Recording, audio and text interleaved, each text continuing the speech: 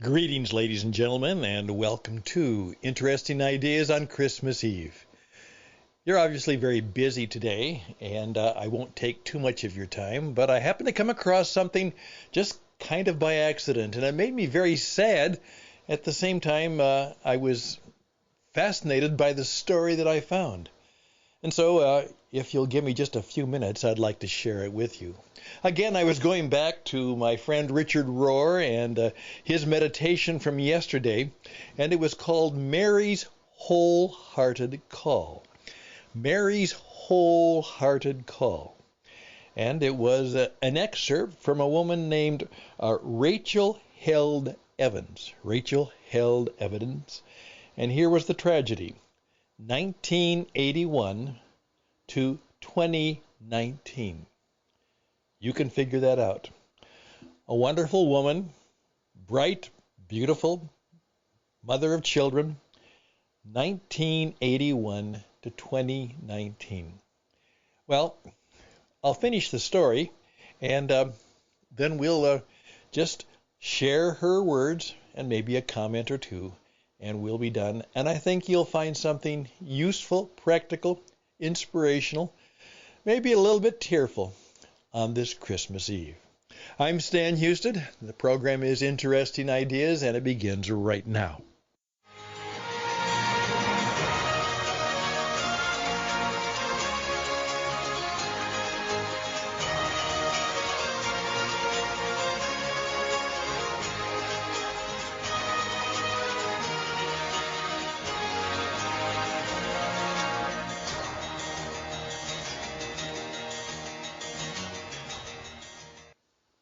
The story, as far as I can get it, is that this very talented young woman who had written 3 or 4 books and was well respected just because a lot of people read her good stuff, all of a sudden there was an infection, and before they knew it, she was in a coma condition, and before they could do anything more about it, they tried everything they could, but with the results and the cause still a bit unknown, she passed away, and that was in 2019.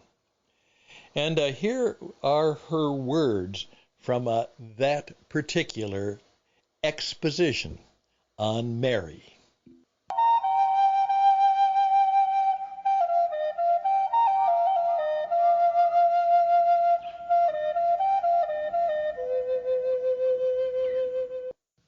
Perhaps it is because I am neck deep in a season of motherhood and caretaking that I am more aware than ever of the startling and profound reality that I am a Christian not because of anything I've done, but because a teenage girl living in occupied Palestine at one of the most dangerous moments in history said yes. She said yes to God. Yes to a wholehearted call she could not possibly understand. Yes to vulnerability in the face of societal judgment.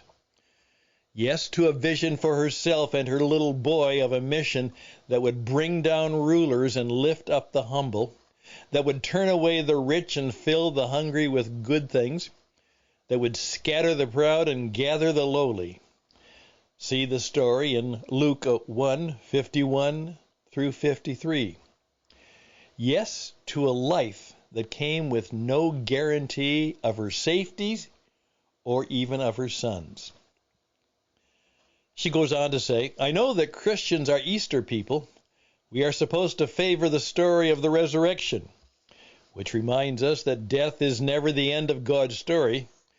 Yet I have never found that story even half as compelling as the story of incarnation. And then Pastor Rohr says, Evans honors the unique role that Mary and women everywhere play in humanity's physical incarnation. It is nearly impossible to believe. God, shrinking down to the size of a zygote, implanted in the soft lining of a woman's womb. God growing fingers and toes. God kicking and hiccuping in utero, God inching down the birth canal and entering this world covered in blood, perhaps into the steady, waiting arms of a midwife. God crying out in hunger, God reaching for his mother's breasts, God totally relaxed, eyes closed, his chubby little arms raised over his head in a posture of complete trust. God resting in his mother's lap. God trusted God's very self, totally and completely and in full bodily form, to the care of a woman. God needed women for survival. Before Jesus fed us with the bread and the wine, the body and the blood, Jesus himself needed to be fed by a woman. He needed a woman to say, "This is my body given for you." To understand Mary's humanity and her central role in Jesus' story is to remind ourselves of the true miracle of the Incarnation. And that is the core of the Christian conviction that God is with us, plain old ordinary us.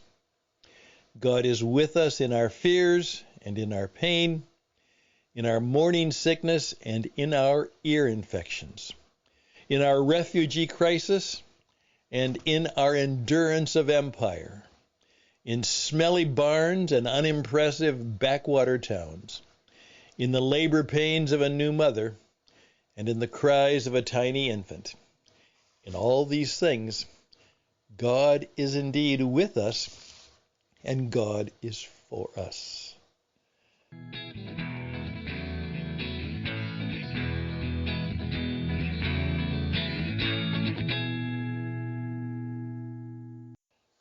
Simply say amen to that. I would add only one thing. God is not only with us and for us, God is now one of us. As I came to the idea that we should think of Jesus as the master entrepreneur, it simply is, that's what he was. And so not only was he among us and with us, he was actually one of us.